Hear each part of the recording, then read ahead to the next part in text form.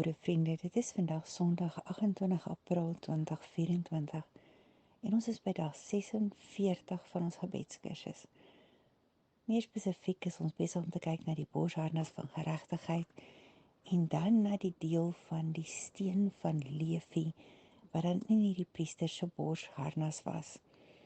Ons is vandag by die tweede gedeelte waar ons kyk na die derde oudste seun van Jakob en Lea.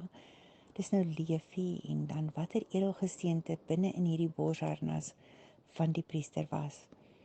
Julle sal onthou dat toe Jakob die seën uitgespreek het oor Levi en Simeon in Genesis 49 vers 5 tot 6, het hy gesê Simeon en Levi is een en dieselfde. Mense van geweld en wapens en ek wil ver van hulle afbly. Ek wil nooit deel hê aan hulle bose planne nie. Hulle wat in woede mense vermoor het en diere vir die plesier vermink het.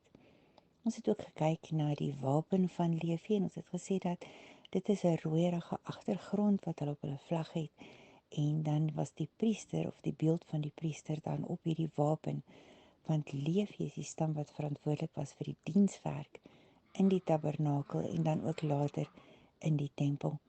Nou vandag wil ons kyk na die steen wat in hierdie borsharnas was vir Levi. En daar's geweldig baie verskillende weergawe van watter steen nou werklik gebruik was vir die stam van Levi. En as ons gaan lees in Wikipedia, wat nou nie altyd baie getrou is nie, maar in hierdie geval wel is, dan sal ons sien dat in die Hebreëse teks is die naam wat gegee word vir hierdie steen nie baie duidelik nie. En later is dit vertaal in die Grieks, as ons dan nou gaan kyk na die Septuagint, en dit is nog minder reliable of op ons kan gaan, want baie van die Griekse name wat vir edelgesteentes gebruik word, is verander, en die betekenis het verander van die klassieke era na die moderne era toe. Nou, as ons gaan kyk, en ek kan nou vir julle baie goed aanhaal, dan lyk dit tog dat dit definitief nie die Rubijn kon gewees het, soos wat baie mense sê nie, want die Rubijn was nie in gebruik tot omtrent 300 jaar voor Christus nie. Maar as ons gaan lees, dan sê hulle, dis waarskynlik die garnet was die steen wat gebruik word, en almal, die meeste skrywers of Bybelkommentators stem saam dat hierdie steen was definitief 'n rooi steen gewees. En baie duidelik, hulle sê ook hier dat die garnet was die steen wat op daardie stadium in die meeste klassieke kulture gebruik was as die rooi steen. En ons kry ook dan, as ons gaan kyk na die bronstydperk en die Egiptiese juwele wat gebruik word, dan het hulle die garnet gebruik so ver terug as 3100 jaar voor Christus. En selfs in die Griekse artefacts kry ons hierdie garnet steen. Nou, dit is baie duidelik dat alhoewel die woord garnet dan nou nie regtig gebruik is in enige van die vertalings wat dan nou gebruik is nie, is dit die steen wat algemeen gebruik was in daardie tyd. En dit is baie waarskynlik dat dit die steen was wat dan nou gebruik was in Aaron se borsplaat vir die stam van Levi. Nou, ek het hier gaan kyk en ek het vir 'n foto neergesit op hierdie slides van die garnet stone, of dan nou hierdie graniet, en dan sê hulle it is a brittle, hard, glassy mineral silicate. Due to its color, garnets have been closely associated with blood. En dit maak vir my sin van die, as ons nou kyk na die vloek wat oor die Lewiete uitgespreek is, dan sê hulle was bloeddorstig geweest, hulle het diere vermink sonder rede, hulle het mense doodgemaak in hulle woede. En dit is ook dan duidelik hoekom dit dan baie keer verwar is met die Rubijn in hierdie tyd. Nou ek wil vir julle lees, hy sê the word garnet comes from the Latin granatum, the pomegranate, having to do with the red color of the stone. Nou hier raak ons opgewonde, want as die steen wat in die borsharnas van die priester was, vir die stam van die Lewiete die garnet was, dan het ons hier 'n verwysing wat oorspronklik kom uit die woord uit wat gebruik is vir 'n granaat. En julle weet almal hoe lekker granaat, en daar is geweldig baie simboliek rondom die woord granaat. as ons dan nou verder gaan. Nou die eerste verwysing na 'n granaat in die Bybel vind ons in Eksodus. En jy sal nooit raai waar nie, maar daar waar die beskrywing van die klere van die hoëpriester van Aaron opgeteken is. Die granaat was geweldig belangrik vir die Lewiete en vir die kleredrag van Aaron dan gewees. En jy sal sien dat, en ek het julle 'n foto daar gesit, dat aan die soem van hierdie Joodse priester se klere was daar dan nou egte goue klokkies wat gehang het, en tussen elke goue klokkie was daar 'n granaat wat hulle dan nou gemaak het uit verskillende weefselstowwe uit. En dit is wat my so opgewonde maak, en ons gaan môre baie meer kyk na hierdie granaat. Maar vir nou is dit net belangrik om na hierdie eerste gedeelte te kyk. En as jy gaan lees in Eksodus 28 vers 33 tot 35, dan sal jy sien dat, en ek wil vir julle lees uit die nuwe lewende vertaling, en dan gaan ek later nou vir julle aanhaal uit die Classic Amplified om dit duideliker te maak.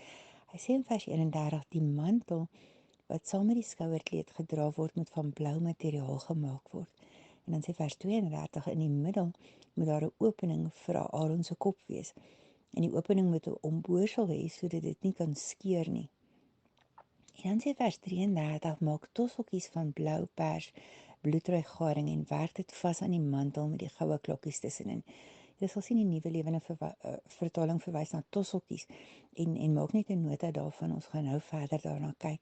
Vers 34 sê die tossokkies en die klokkies moet mekaar afwissel en reg rondom die soem van die mantel vasgewerk word. En vers 35 sê Aaron moet die mantel elke keer aan hê wanneer hy na die Here toe gaan in die heiligdom. Die klokkie sal klingel wanneer hy ingaan en wanneer hy uitkom. En as hy dit dra, sal hy niks oorkom nie. Maar as ons nou gaan kyk na die Classic Amplified, dan sal jy sien daar waarin die Afrikaans vertaal word met tossokkies, word daar in die Classic Amplified vertaal met pomegranate. Hy sê vers 34, a gold bell and a pomegranate, a gold bell and a pomegranate round about on the skirts of the robe. Met ander woorde, hier verwys hy baie duidelik dat daardie tossokkie moes gelyk het soos 'n pomegranate, soos 'n granaat. As jy gaan kyk in Eksodus 39 vers 24 tot 26, dan herhaal hy dit. En hy sê in vers 24, on the skirts of the robe, they made pomegranates of blue and purple and scarlet and twined linen. In vers 25 sê, and they made bells of pure gold and put them between the pomegranates around the skirts of the robe. Vers 26, a bell and a pomegranate, round about on the skirts of the robe for ministering, as the Lord commanded Moses. Ons het nou nie vandag tyd om baie meer in diepte hierin te gaan nie, maar met ons volgende stukkie sal ek vir julle in detail vertel waarom was hierdie granaat dan so geweldig belangrik vir hierdie Lewiete. Vir nou is dit belangrik om te onthou dat hierdie steen was bloedrooi, hy het bloed verteenwoordig. En hy het dan nou hierdie granaat het hulle gemaak van hierdie verskillende kleure, vesel of dan nou garings, en dit onder aan die priester se soem van sy rok vasgemaak tussen hierdie egte goue klokkies. So ek is opgewonde, ek hoop julle luister môre saam met my en dan gaan ek julle verduidelik wat die belangrikheid van hierdie granaat is. Kom ons bid saam. Here, baie dankie dat ons vandag kon insig kry in hierdie granaatsteen. Hierdie granate wat belangrik was vir die Lewiete. Here, ek bid dat U vir ons hierdie ding sal oopbreek en dan as ons volgende keer kyk na wat die granaat beteken het in meer detail en wat die simboliek is, dan bid ek dat ons sal verstaan waarom dit so belangrik was. Here, dankie vir die bloed. Ons verstaan dat die Lewiete het baie met bloed gewerk en dat die offers verwys na die bloed van Christus wat vir ons gesterf het. Daarom bid ek, Here, dat ons vandag die erns van hierdie saak sal verstaan en besef dat sonder bloed is daar vir ons geen vergifnis van sondes nie. Elke keer as ons kyk na hierdie rooi steen van die Lewiete, dan sal ons onthou die bloed wat vir ons gevloei het, die bloed wat in daardie tyd met offers gevloei het, die bloed van die lam van Jesus wat vir ons gevloei het. Ons bid vandag, Here, dat dit vir ons sal sin maak en dat ons opgewonde sal uitkyk om verder te verstaan wat die granaat aanhou beteken, hierdie granaatsteen. Ons bid dit alles in die naam van Jesus en ons loof U daarvoor. Amen.